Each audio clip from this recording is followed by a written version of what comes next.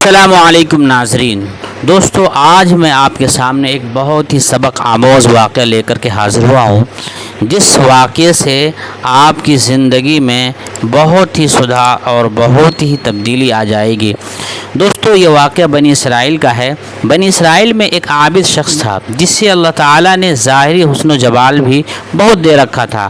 اپنے ہاتھ سے زنبیل بناتا اور فروخت کر کے بسر اوقات کرتا تھا۔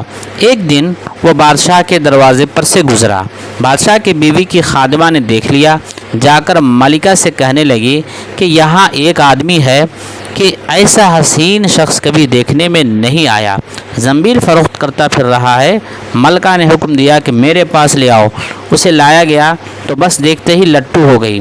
کہنے لگی زنبیلیں پھینک دے اور یہ چادر سنبھال۔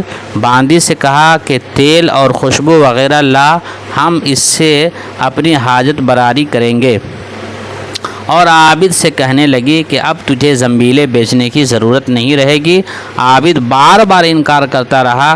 کہنے لگی کہ اگر تو یہ کام نہیں کرنا چاہتا تو اس کے بغیر یہاں سے باہر بھی نہیں جا سکتا، اور دروازے بند کرنے کا حکم دے دیا۔ عابد نے یہ حال دیکھا تو کہنے لگا کیا تمہارے محل کے اوپر کوئی ضرورت کی جگہ ہے؟ کہنے لگی ہاں۔ باندی کو حکم دیا کہ اس کے لیے پانی وغیرہ اوپر لے جا۔ یہ اوپر چھت کے ایک کونے کی طرف گیا، دیکھا کہ محل بہت اونچی ہے، کوئی ایسی چیز نہیں جس کے ساتھ لٹک کر نیچے اتر جائے۔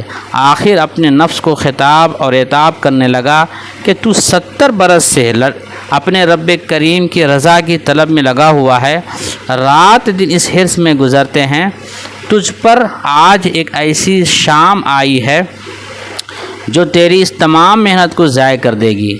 واللہ تجھ سے بڑھ کر کوئی خائن نہ ہوگا۔ اگر یہ شام تیرے اعمال کو فاسد کر گئی، آخر اللہ کو کیا منہ دکھائے گا؟ غرض اسی طرح اپنے آپ کو خطاب اور عتاب کرتا رہا۔ حضور صلی اللہ علیہ وسلم فرماتے ہیں کہ اس کے بعد جب اس نے بلندی سے کود جانے کا تہیہ کر لیا تو اللہ تعالیٰ نے جبرائیل علیہ السلام کو ندا دی۔ انہوں نے لبیک کہہ کر جواب دیا۔ ارشاد ہوا میرا بندہ میری معصیت اور ناراضگی سے بچنے کے لیے جان کی بازی لگا رہا ہے، جا اپنے پروں سے اس کو تھام لے اور اسے ذرا بھی تکلیف نہ ہونے پائے۔ چنانچہ جبرائیل علیہ السلام نے اپنا پر پھیلایا، اسے پکڑ کر یوں زمین پر رکھ دیا جیسے ایک مہربان باپ اپنے بیٹے کو رکھتا ہے۔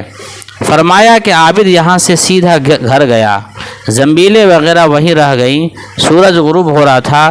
بیوی کہنے لگی زنبیلوں کی قیمت کہاں ہے؟ کہنے لگا آج تو ان کا کچھ نہیں ملا۔ کہنے لگی تو آج رات افطار کس چیز سے کریں گے؟ کہنے لگا آج کی رات یوں ہی ذرا صبر سے کاٹ لیں گے۔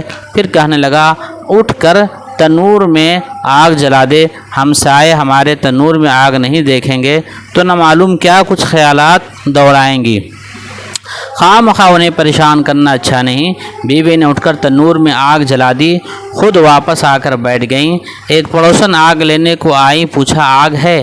جواب ملا آگے بڑھ کر تنور سے لے لو۔ یہ عورت آگ لے کر واپس ہوئی تو گھر والی سے کہنے لگی کہ تو یہاں بیٹھی باتیں کر رہی ہے، ادھر تیری روٹیاں پک چکی ہیں بلکہ جلنے کو ہیں۔ عورت نے اٹھ کر دیکھا تو تنور بہترین روٹیوں سے بھرا ہوا تھا۔ عورت نے انہیں برتن میں رکھا اور خاوند کے پاس لے آئی اور کہنے لگی کہ تیرے ساتھ اللہ تعالیٰ کا یہ معاملہ تیرے بلند درجات کی وجہ سے ہی ہو سکتا ہے، لہٰذا تو اللہ تعالیٰ سے دعا مانگ کہ ہماری باقی عمر خوشحالی اور فراخی میں گزرے۔ عابد کہنے لگا اسی حال پر صبر اچھا ہے، مگر عورت کا اصرار بڑھتا گیا، حتیٰ کہ عابد نے دعا کرنے کا وعدہ کر لیا۔ آدھی رات کو اٹھ کر نماز پڑھی اور اللہ تعالیٰ سے دعا مانگنے لگا کہ اللہ میری بیوی کا اصرار اور تقاضا ہے، اور تقاضا یہ ہے کہ اس کو باقی عمر میں خوشحالی اور فراخی عطا فرما۔ اتنے میں چھت پھٹ گئی، یاقوت اور موتیوں سے بھری ہوئی تشتری نیچے آئی جس سے تمام گھر جگمگا اٹھا۔ عابد نے بیوی کا پاؤں دبایا جو قریب ہی سو رہی تھی اور کہا کہ اٹھ کر بیٹھ اور جو کچھ مانگتی تھی وہ سنبھال لے۔ عورت بیدار ہو کر کہنے لگی جلدی نہ کرو، اس مقصد کے لیے تو نے مجھے نہ ہی جگایا ہوتا، میں خواب دیکھ رہی تھی۔ سونے کی بہت سی کرسیاں بچھی ہوئی ہیں جو یاقوت اور زمرد وغیرہ سے مرصع ہیں، سجی ہوئی ہیں، مگر ان میں سوراخ ہے۔ میں نے پوچھا یہ کرسیاں کس کی ہیں؟ جواب ملا یہ تیرے خاوند کے بیٹھنے کے لیے ہیں۔ میں نے پوچھا یہ سوراخ کیا ہے؟ جواب ملا یہ وہی نقص اور کمی ہے جو دنیا کی جلد بازی کی وجہ سے واقع ہوئی ہے۔ تو میں نے کہا کہ میں کسی اور چیز کی خواہش نہیں رکھتی جس سے تیری نشست گاہ میں نقص پیدا ہو، لہٰذا اپنے رب سے اسے واپس کرنے کی دعا کر لو۔ عابد نے دعا مانگی اور تشتری واپس ہو گئی۔ حاصل، بے شک جو اللہ کے خوف سے اپنے آپ کو نفسانی خواہشات سے بچاتا ہے تو اللہ تعالیٰ یقیناً اس کی مدد فرماتے ہیں۔ چنانچہ ارشاد باری تعالیٰ ہے والذین جاہدوا فینا لنہدینہم سبلنا، جو لوگ ہمارے راستے میں یہ مجاہدہ اور محنت کرتے ہیں کہ ماحول کا، معاشرے کا، نفس کا، شیطان کا اور خواہشات کا تقاضا چھوڑ کر وہ ہمارے حکم پر چلنا چاہتے ہیں تو ہم کیا کرتے ہیں؟ لنہدینہم سبلنا۔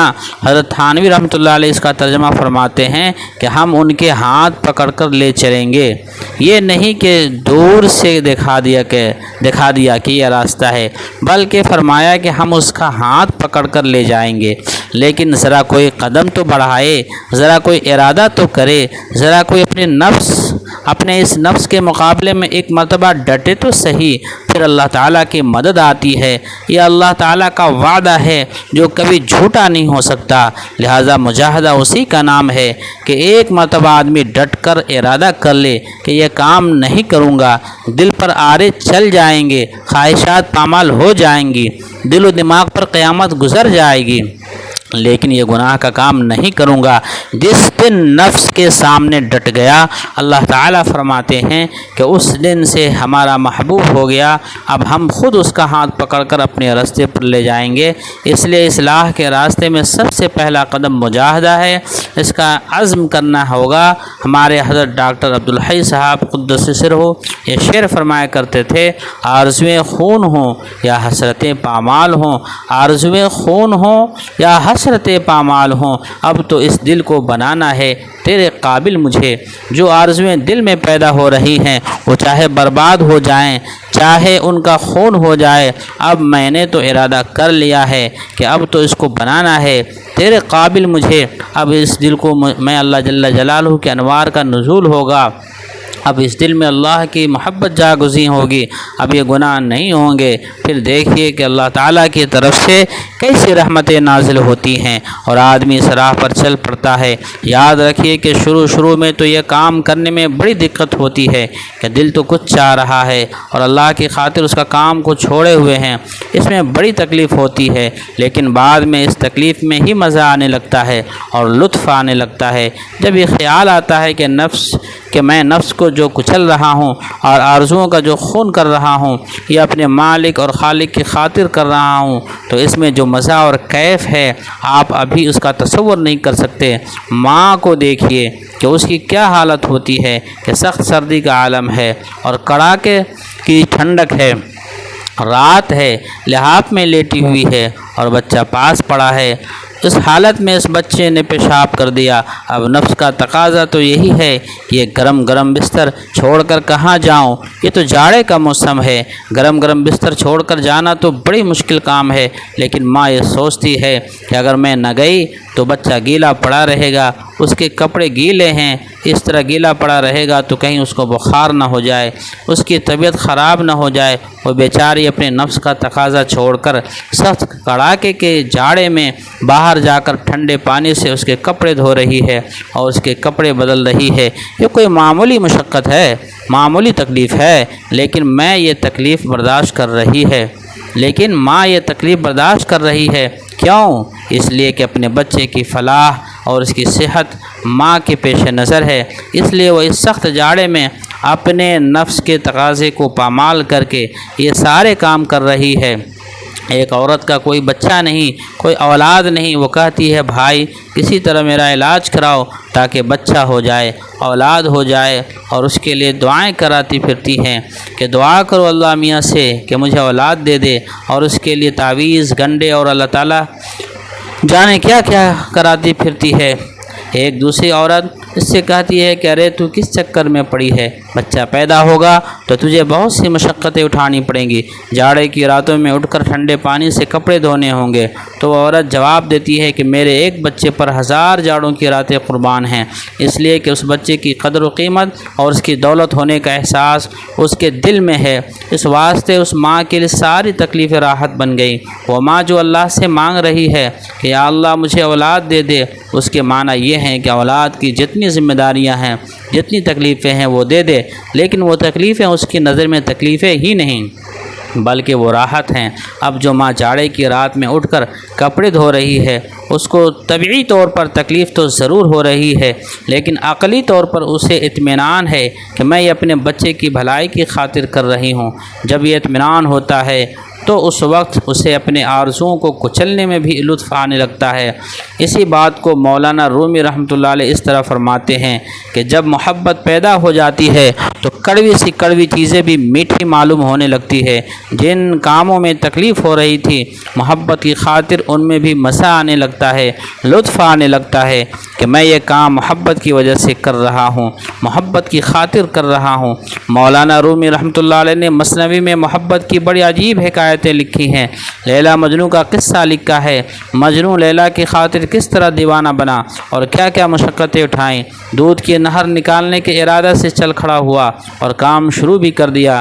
یہ ساری مشقتیں اٹھا رہا ہے۔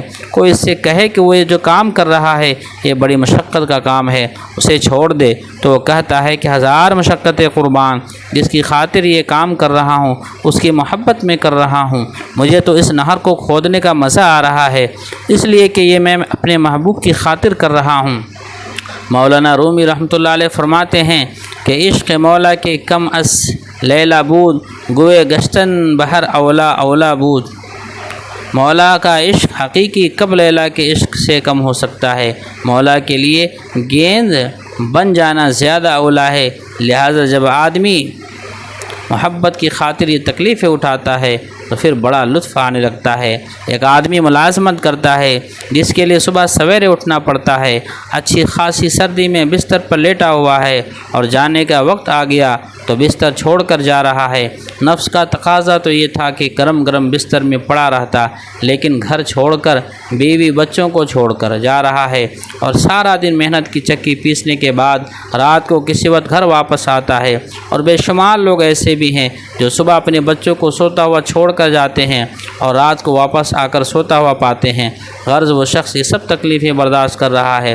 اب اگر کوئی شخص اس سے کہے کہ ارے بھائی تم ملازمت میں بہت تکلیف اٹھا رہے ہو، چلو میں تمہاری ملازمت کو چھڑا دیتا ہوں، وہ جواب دے گا نہیں بھائی نہیں، بڑی مشکل سے تو یہ ملازمت لگی ہے، اس کو مت چھڑوانا، اس کو صبح سویرے اٹھ کر جانے میں ہی مزہ آ رہا ہے اور اولاد کو بیوی کو چھوڑ کر جانے میں ہی بھی مزہ آ رہا ہے۔ کیوں؟ اس لیے کہ اس کی اس تنخواہ سے محبت ہو گئی ہے جو مہینے کے آخر میں ملنے والی ہے۔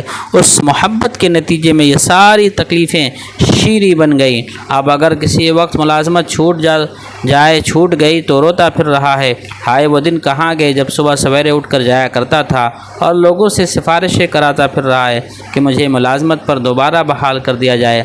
اگر محبت کسی چیز سے ہو جائے تو اس راستے کی ساری تکلیفیں آسان اور مزیدار ہو جاتی ہیں، اسی میں لطف آنے لگتا ہے۔ اسی طرح گناہوں کو چھوڑنے میں تکلیف ضرور شروع میں مشقت ہوگی، لیکن جب ایک مرتبہ ڈٹ گئے اور اس کے مطابق عمل شروع کر دیا تو اللہ تعالیٰ کی طرف سے مدد بھی ہوگی، اور پھر انشاءاللہ تعالیٰ اس تکلیف میں مزہ آنے لگے گا اور اللہ تعالیٰ کی اطاعت میں مزہ آنے لگے گا۔ دوستو یہ واقعہ بڑا ہی دلچسپ اور بڑا ہی سبق آموز تھا، اس سے ہمیں بہت ساری نصیحتیں حاصل ہوئی۔ اللہ تبارک و تعالی ہمیں ان باتوں پر عمل کی توفیق عطا فرمائے۔ السلام علیکم دوستو، یہ واقعہ اور یہ ساری نصیحتیں اچھی لگی ہوں تو ویڈیو کو لائک، چینل کو سبسکرائب کر لیں تاکہ اس طرح کی اور ویڈیو آپ تک پہنچتی رہیں۔ السلام علیکم ورحمۃ اللہ وبرکاتہ۔